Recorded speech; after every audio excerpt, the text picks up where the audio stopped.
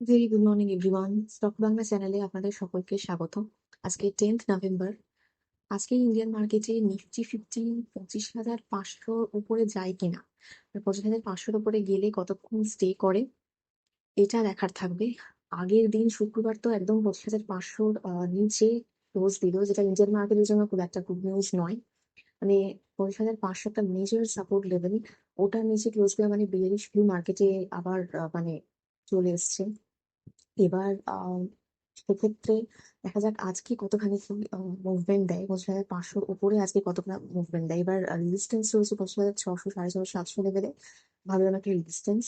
আর নিচের দিকে সাপোর্ট হিসেবে 25,200 লেভেলটা বলা যায়। এছাড়া ব্যাংক নিফটির ক্ষেত্রে যদি আমরা দেখি 57,980, 58,000 মেজর রেজিস্ট্যান্স রয়েছে, সাপোর্ট লেভেল রয়েছে 57,200 এই লেভেল। আর সেন্সেক্স এর ক্ষেত্রে 83,360, 400 এটা উপরের দিকে রেজিস্ট্যান্স রয়েছে। আর 82,680, 650 এটা নিচের দিকে সাপোর্ট লেভেল হিসেবে কাজ করছে। আজকে গিফট নিফটি সিগন্যাল দিচ্ছে ফ্ল্যাট টু পজিটিভ ওপেনিং। আর গ্লোবাল মার্কেট যদি আমরা দেখি, এআই বাবল নিয়ে যে কেওসটা হচ্ছিল সেটার জন্য অনেকটা পড়ে গিয়ে মোটামুটি রিকভারি করেছে, অতটা ভালো নয়। পজিটিভে ক্লোজ আছে, ন্যাসডাক কিন্তু তাও নেগেটিভ। তো এবার দেখা যাক আজকে ইন্ডিয়ান মার্কেটে কিরকম কি মুভমেন্ট থাকে। এছাড়া 12 তারিখ যেটা রয়েছে আমাদের ইনফ্লেশন ডেটা আসবে, তো এই উইকে সেটা ইম্পর্টেন্ট। এছাড়া বিহারের ইলেকশন, তার এক্সিট পোল এবং সেটার একটা ইম্প্যাক্ট এই উইকেই আমাদের ইন্ডিয়ান মার্কেটে আমরা ভালোভাবে দেখতে পাবো। এক্সিট পোলে মানে ফার্স্টে মানে রেজাল্টের তো ইম্প্যাক্ট সেটা পরের দিকে, তার আগে এক্সিট পোল হবে, তার ইম্প্যাক্টের জন্য মার্কেট মানে কিরকম কি মুভমেন্ট করে সেটা দেখার থাকবে। এবার মানে ভোলাটাইল থাকবে, এই উইকটা বেশ ভালো রকম ভাবে ভোলাটাইল থাকার কথা। দেখা যাবে কিরকম কি মুভমেন্ট দেয়, 25,500 উপরে কতখানি থাকে আর 26,000-কে টাচ করতে পারে কিনা। সম্ভবত মনে হচ্ছে না, দেখা যাক। এছাড়া আমাদের যে ইউএস আর ইন্ডিয়ার যে ট্রেড ডিল, সেখানে ট্রাম্প জানছেন যে কন্টিনিউ কথা হচ্ছে এই আর কি, মানে এখনো ফাইনাল কিছু নয়। আর ইউএস আর চায়নার যে ব্যাপারটা, সেখানে ফাইনাল কিছু এখনো পর্যন্ত নেই, কারণ সুপ্রিম কোর্ট থেকে যে ট্রাম্পের ওপর যেটা বলছে যে ট্রাম্প কখনোই মানে এরকম ভাবে ট্যারিফ লাগানোটা লিগাল ব্যাপার নয়, তো ওটা নেক্সট হিয়ারিং এর ডেট দিয়েছে আবার, যতক্ষণ না ওটা হচ্ছে এই ডিলটাও ফাইনালি হবে না। তো একটা গ্লোবালি একটা ক্যাওস আছে, ইন- সেটা ইন্ডিয়ান মার্কেটকেও এফেক্ট করবে আর কি।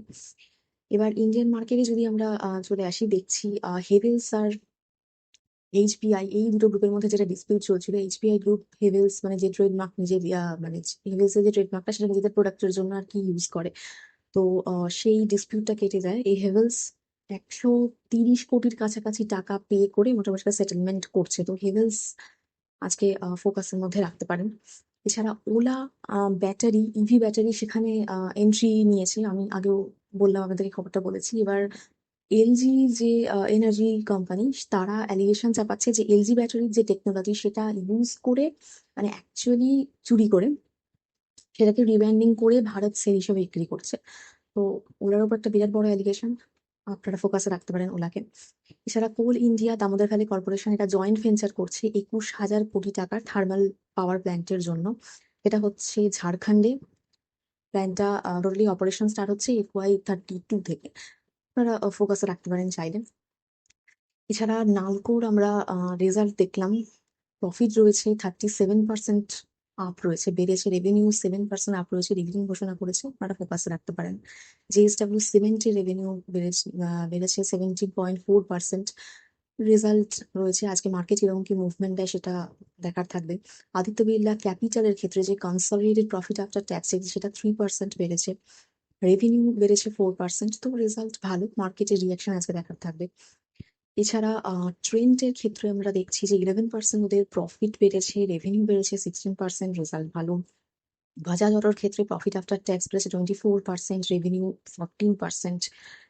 আজকে কিরকম কি মুভমেন্ট দেয় মার্কেট সেটা দেখার থাকবে। কল্যাণ জুয়েলার্স এর ক্ষেত্রে আমরা ওদের নেট প্রফিট দেখছি 99% বেড়েছে, রেভিনিউ রয়েছে 30% আপ।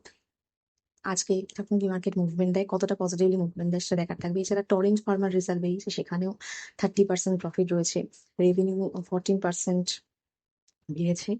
নাইকা নেট প্রফিট 243%, বেড়েছে, রেভিনিউ 25% বেড়েছে।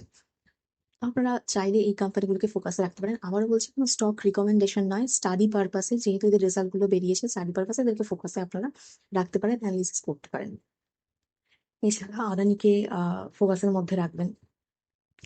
এয়ারটেলের ব্লক ডিল হয়েছে, তো সেক্ষেত্রে সেটা আজকে ফোকাসে থাকবে। হিন্ডালকোর রেজাল্ট বেরিয়েছে, 21% প্রফিট ওদের বেড়েছে, 13% রেভিনিউ বেড়েছে, সেসব আজকে ফোকাসে থাকবে। এছাড়া এফএনও ট্রেডিং নিয়ে যে নিউজটা এসছে, যে মানে নির্মলা সীতারামনজিও জানিয়েছেন যে এফএনও ট্রেডিংটা বন্ধ করার কোনো ব্যাপার নেই। যারা ট্রেডিং করছে এটা সম্পূর্ণ তাদের দায়িত্ব, যে তারা কিভাবে করছে, আর লসও যদি খায় তারা নিজেদের আর কি সেটা রেসপন্সিবিলিটি। তো সেভাবেও জানানো হয়েছে। আবার সেবিও বলেছে না, এভাবে বন্ধ হওয়ার কিছু নেই। তো সেই জন্য আমরা বিদেশি আজেল ওয়ান এই সমস্ত যে স্টকগুলো, সেগুলোকে আগে বেশ ভালোভাবে বাড়তে দেখলাম, সেগুলো ফোকাসে থাকবে। এছাড়া বাজেট আসছে আমাদের, সেই জন্য ডিফেন্স, ইনফ্রাস্ট্রাকচার, রেলওয়ে এগুলোকে আপনারা ফোকাসে রাখতে পারেন, যে কিরকম কি মুভমেন্ট দিচ্ছে এগুলো। এছাড়া ওলেট্রা গ্রিন টেক, সেখানে আমরা প্রফিট দেখছি 4% ওদের বেড়েছে, রেভিনিউ 25% বেড়েছে। যে কটা কোম্পানির রেজাল্ট রয়েছে আজকে, মানে বেরিয়েছে আগের দিন, আর আজকে মুভমেন্ট মার্কেট দেবে, তো মোটামুটি পজিটিভই রয়েছে রেজাল্ট, ভালো রকম রেজাল্ট রয়েছে। দেখা যাক মার্কেট যে কি মুভমেন্ট দেয়। যারা ইনফোসিসের ক্ষেত্রে যে শেয়ার বাইব্যাক হওয়ার একটা কথা হচ্ছে, সেটা 14 তারিখে, মানে যাদের অলরেডি ইনফোসিস শেয়ার আছে তাদের ক্ষেত্রে বাইব্যাক ইমেল যাবে। কিন্তু 14 তারিখের পর যদি কেউ কিনে থাকে, তো সেটা তাদের ক্ষেত্রে যাবে না, এইটাই। তো ইনফোসিসকে ফোকাসে রাখতে পারেন। এই কোম্পানিগুলো আজকে ফোকাসে থাকবে, যেগুলো বললাম।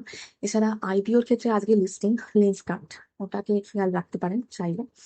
তো এই রয়েছে আজকে ইন্ডিয়ান মার্কেটের নিউজ। সেইরকম ভাবে মানে খুব পজিটিভ নিউজ নেই, যেটাকে আমরা বলতে পারি যে 26,000-এর দিকে যেতে পারে অতটা। তবে এক্সপেক্টেড তো আজকে কিছুটা পজিটিভ মুভ দেবে। আহ দেখা যাক কিরকম কি মুভমেন্ট যে দেয়। তো আমি ভিডিও এখানেই শেষ করছি। প্লিজ আমার এই ভিডিওর উপর ডিপেন্ড করে কোনো ইনভেস্টমেন্ট করবেন না। আমি কোনো সেবি রেজিস্টার্ড অ্যানালিস্ট বা অ্যাডভাইজার নই, শুধুমাত্র এডুকেশন পারপাসে ভিডিও করা। দেখা হচ্ছে নেক্সট ভিডিও।